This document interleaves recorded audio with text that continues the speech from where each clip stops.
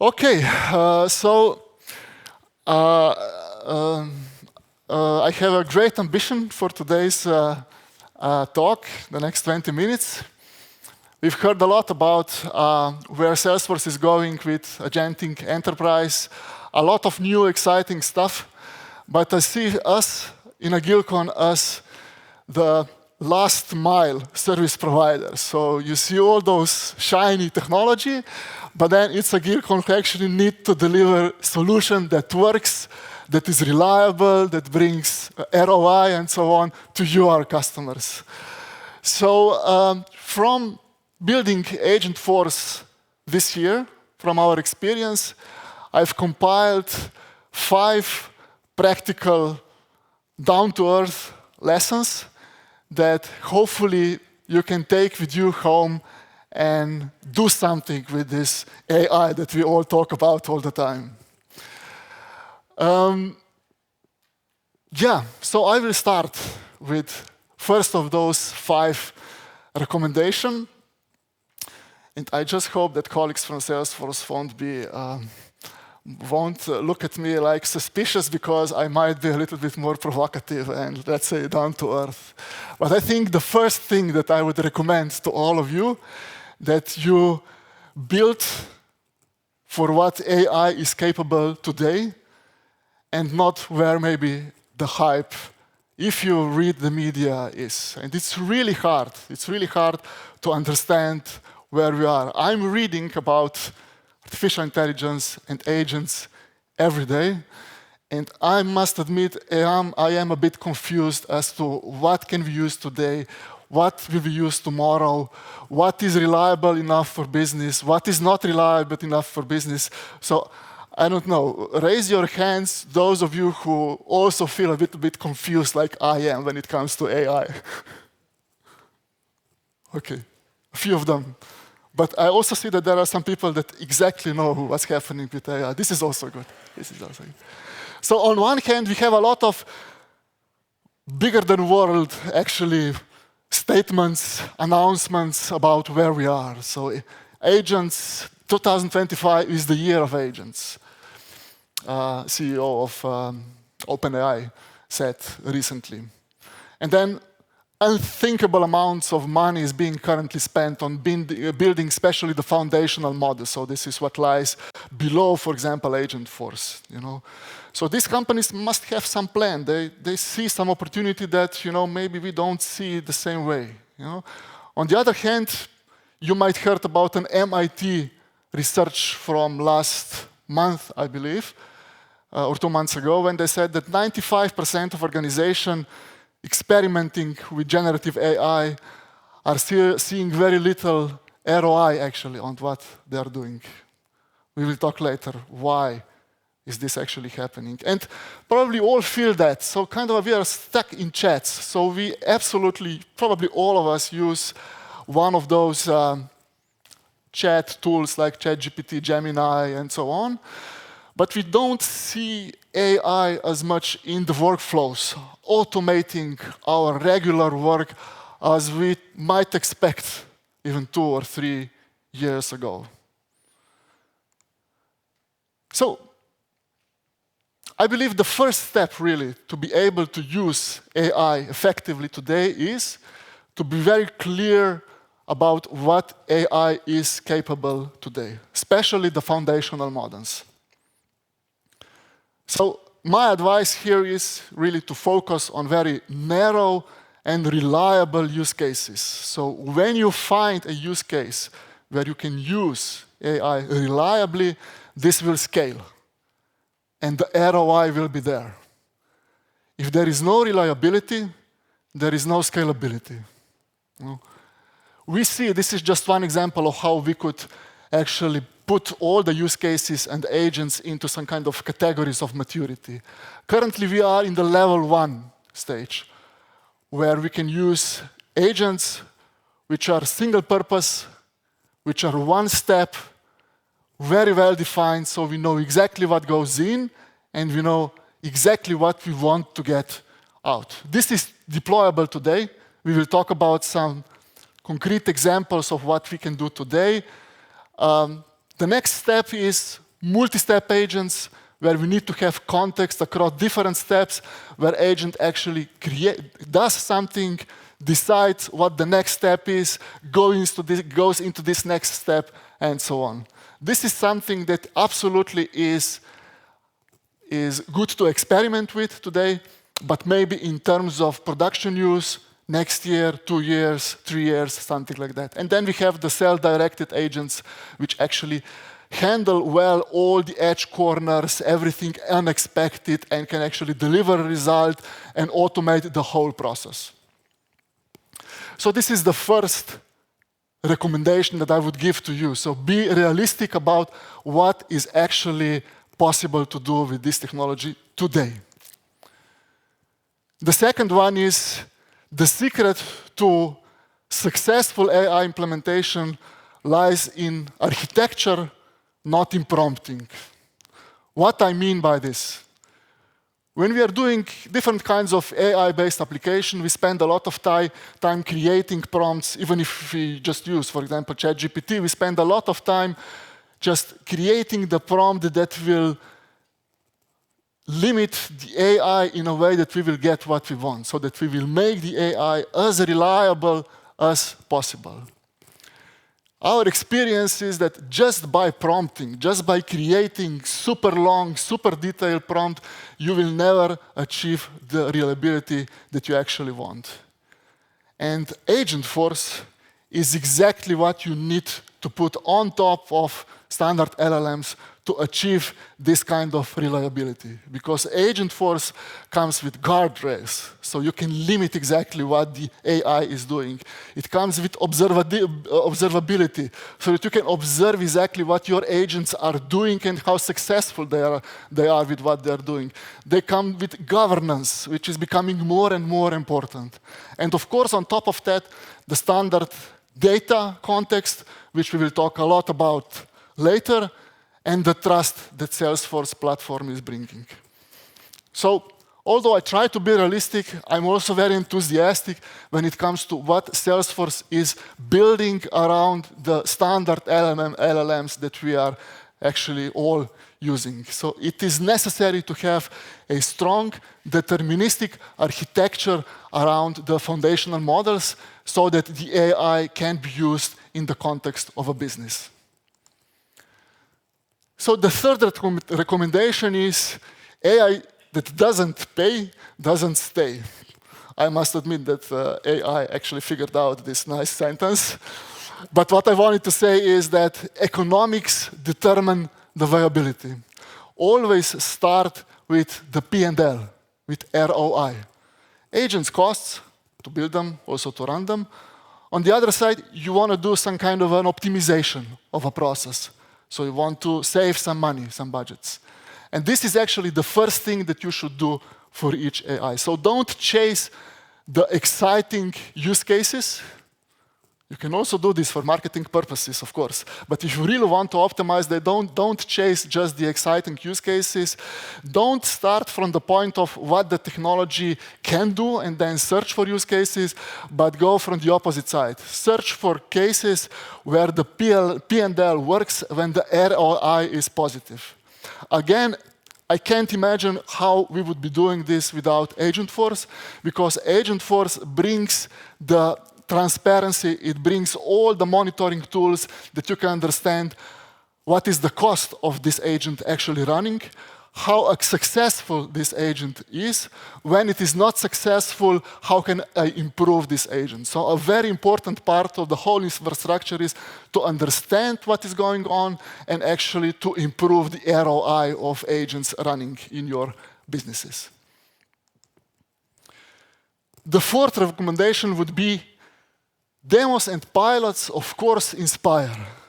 We all love good demos. Especially my colleagues from Salesforce like good demos and also pilots. But production actually delivers. And what is the difference between using something in production and having a good demo is reliability. I just came from San Francisco, and the most obvious change in San Francisco in latest years is just how many self-driving cars there is on the road. Mostly they are called Waymo. So this is the Google subsidiary which is actually running the fleet of self-driving cars. Sometimes you look at the street, let's say in the morning, and there is a whole street just self-driving cars. Unbelievable, like 4 self-driving cars in the row. But this is 2010. This is 15 years ago, when this same company put the first self-driving car on the road. And this car drove without any driver for 160 kilometers. At that time, some of us remember, the titles in the newspapers were, "This is the end of cars," maybe 2-3 years, and we will all have self-driving cars because we've seen it. It drove 160 kilometers without a driver. So obviously this is a proof that we are already there. 15 years later, it works. But still, these companies struggle with edge cases because of the reliability, because of the real world, which is not the same as demo. So what we see again here is that Agentforce can help you bridge from a good demo to a reliable production environment agent that really works. Because there is so many infrastructure elements built within agent which take care of the edge cases that it's almost, I can't imagine how you would be doing something like that without the infrastructure of an Agentforce. And the fifth one, which maybe should also be the first one, is that AI success is actually built on organization, not that much on the technology. We talked a lot about technology now and what technology enables. But even if we look at the MIT research that I mentioned at the beginning, what they said that the most companies fail because they don't organize properly around AI projects. 80% of the challenges is organizational, 20% is actually, just 20% is technology. Technology today is good enough for a lot of cases if we organize well around it. What does it mean? Give every agent an owner who will, I don't like this metaphor of agent being almost like some kind of a being, but I would say agent is like a micro department. You need to have a P&L for this department. Someone needs to be responsible for this department. Department needs to have some inputs and outputs that bring some business value. And this is how we should look at agents. So give an agent an owner, give clear KPIs, create P&L, and work continuously on improving the agent's performance. Okay, so these are some recommendations, but let's dive into a few examples that we see that already work now. These are mostly, if you remember, the level one type of examples. From the sales, this was already mentioned, probably today you will not want to automate your sales entirely and just fire all your salespeople and engage agents to do all the prospecting and closing and so on. Absolutely, I don't recommend you this.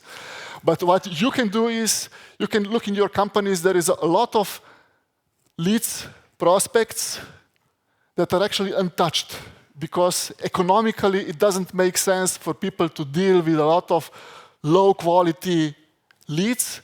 But if an automation can do something meaningful and reach out in a personalized way and then escalate to a real sales purpose when something happens, it's much better than doing nothing with these leads. So absolutely, this is a way where we can start. Also, auto-summarizing, for example, calls. This can save a lot of time for people in sales and enriching inbound leads, for example. In service, again, probably it wouldn't be wise to expect for agents to do a complete case resolution from start to end and all the communication and so on. Not today. This would be more level 2 or level 3. But categorizing and routing tickets to the right person with the right knowledge, drafting knowledge-based responses which can then be reviewed by a real person before the answer is sent to a customer, summarizing closed tickets so that we can learn from what was happening in the past and improve in the future. This is absolutely what is possible already today. In marketing, again, drafting the content so it hits the tone and all the compliance requirements within organizations, absolutely yes. Repackaging content for different channels, absolutely yes, and also summarize the performance of campaigns. On the employee side, again, handling routine questions like, how can I take a leave? So this is a very typical example. Pre-screening and summarizing CVs. So on the Gecko booth I mentioned, Gecko HRM is an HRM solution built on Salesforce using Agentforce, and we have already implemented Agent, which is doing the pre-screening of all CVs, and then also the scoring of which candidates are more appropriate for the job that we are searching for. So you can see actually in action how this agent actually performs, how it looks like on the screen, but also what is behind everything, so how we configure the agent and so on. And you will also get the Plish Gecko toys if you go there.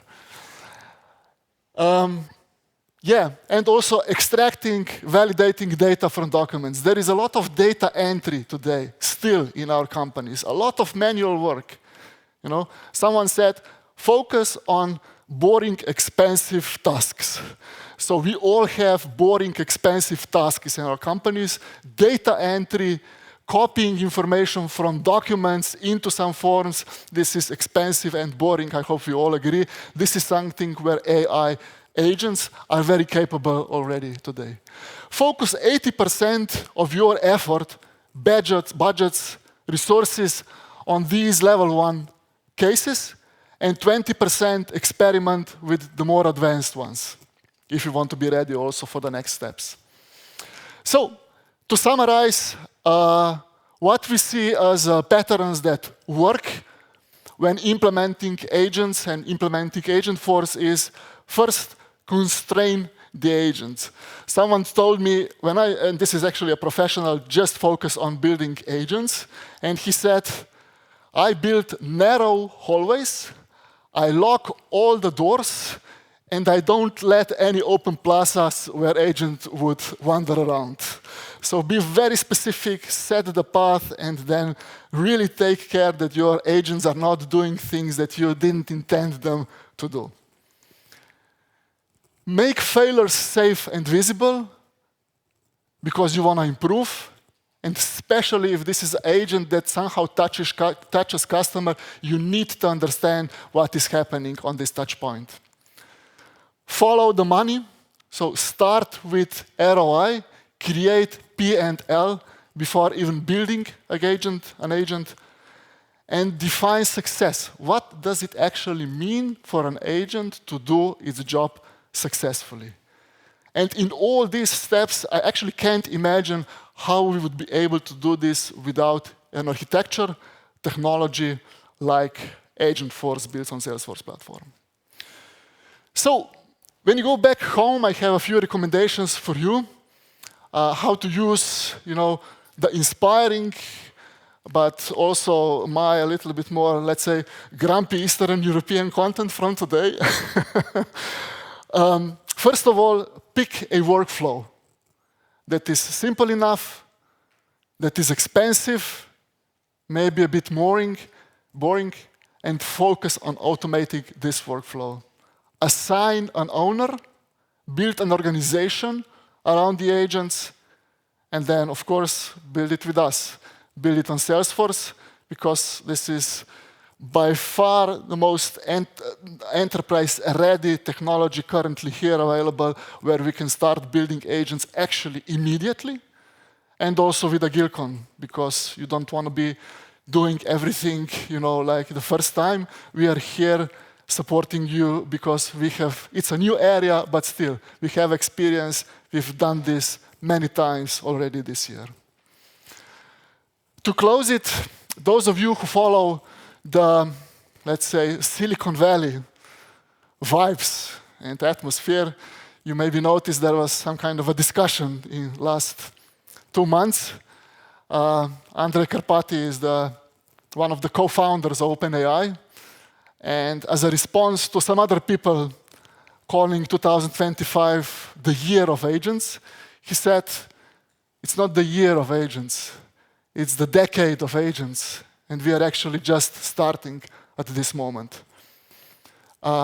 So what he wanted to say is that, yes, we can and we should start building agents today to learn, to iterate, to create some value now for our businesses, but also to be prepared for the next decade, which will see a steep progression towards more autonomy, more automation, and even more inspiring AI use cases than what we see today.